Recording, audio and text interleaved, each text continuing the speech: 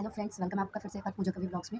और आप लोगों ने जैसे मेरी पुरानी वीडियोस में अगर कभी देखा होगा तो अभी हम लोग कुछ दिन पहले दरियागंज गए थे। तो वहाँ से मैंने कुछ बुक्स खरीदी थी। तो मैंने कहा चलो एक बार मैं बताती हूँ कि मैंने कौन-कौन सी बुक्स खरीदी थी, कि एक बार उनका रिव्यू वगैरह देख देते हैं या फिर एक बार बताते हैं कि मैंने कौन-कौन सी बुक्स ली है। तो मैं आपको एक-एक करके सारी बुक्स दिखाती हूँ।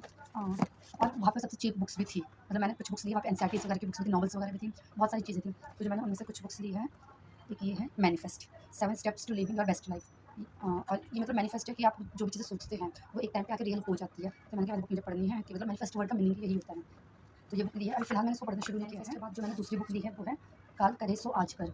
ये तो जैसे पता ही होगा आपको, ये मुहावरा है। तो मैंने कहा चलो ठीक है, ये भी देखते हैं। ये डेरियस फ़ारूकी है। अगर प्रोनाउंसिएशन में गलती होगी तो उसके लिए माफ़ी। इस बुक में मैंने कुछ चैप्टर्स पढ़े तो वो मुझे अच्छे लगे इसमें। और अभी जब कंप्लीट हो जाएगी तो मैं आपको बाद में बताऊँगी कैसी है कैसी नहीं है। उसके बाद जो थर्ड बुक है वो है चिड़िया का है बहलिये से रिश्ता आधुनिक।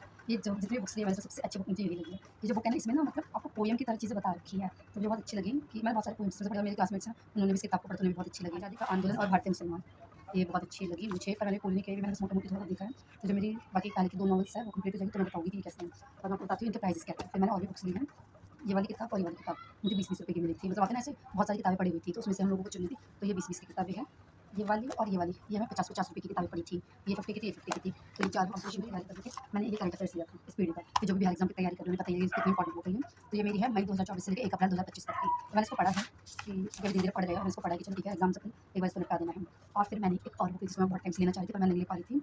ये है हमारी 12th की ज्योग्राफी, कि मतलब जैसे कि पता ही होगा कि किसी भी एग्जाम के लिए मतलब ज्योग्राफी इंपॉर्टेंट है ही। और अभी तो ट्रेंड इतना बढ़ रहा है कि ज्योग्राफी से बहुत सारे क्वेश्चन पूछे जा रहे हैं। तो मैंने ज्योग्राफी की बुक ली है। ये दोनों मेरी क्लास 11th की है और ये है मेरी कक्षा 12th की है। तो ये वाली बुक्स मेरे को दोनों पड़ी थी 150 में। नहीं, नहीं, नहीं, 150 नहीं, ये दोनों मुझे मिली है। भैया इन दोनों बुक्स का प्राइस जो था ना वो 120 रुपए बता रहे थे। तो मैंने कम करके क्योंकि बाकी जगह मतलब जितनी शॉप्स थी यहाँ पे उन सभी में पूछा, सब लोग 150 रुपए कहते थे इन दोनों बुक्स के। मैंने कहा बहुत महंगी है। फिर लास्ट में आते-आते तक ना हमें ये बुक मैंने बार-बार सेम बुक पूछी थी। फिर लास्ट में आते-आते मुझे वाली बुक मिली एक जगह पे 120 रुपए की।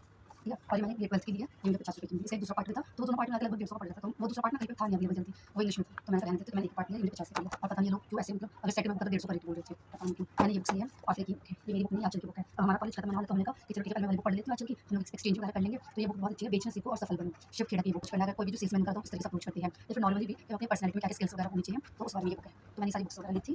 तो देखते हैं बाकी और पढ़ाई वगैरह शुरू करते हैं कि आप जो एनसीईआरटी और स्पीडी जो ली है और नॉवेल्स वगैरह आपको रिव्यू वगैरह देते रहेंगे। That's it.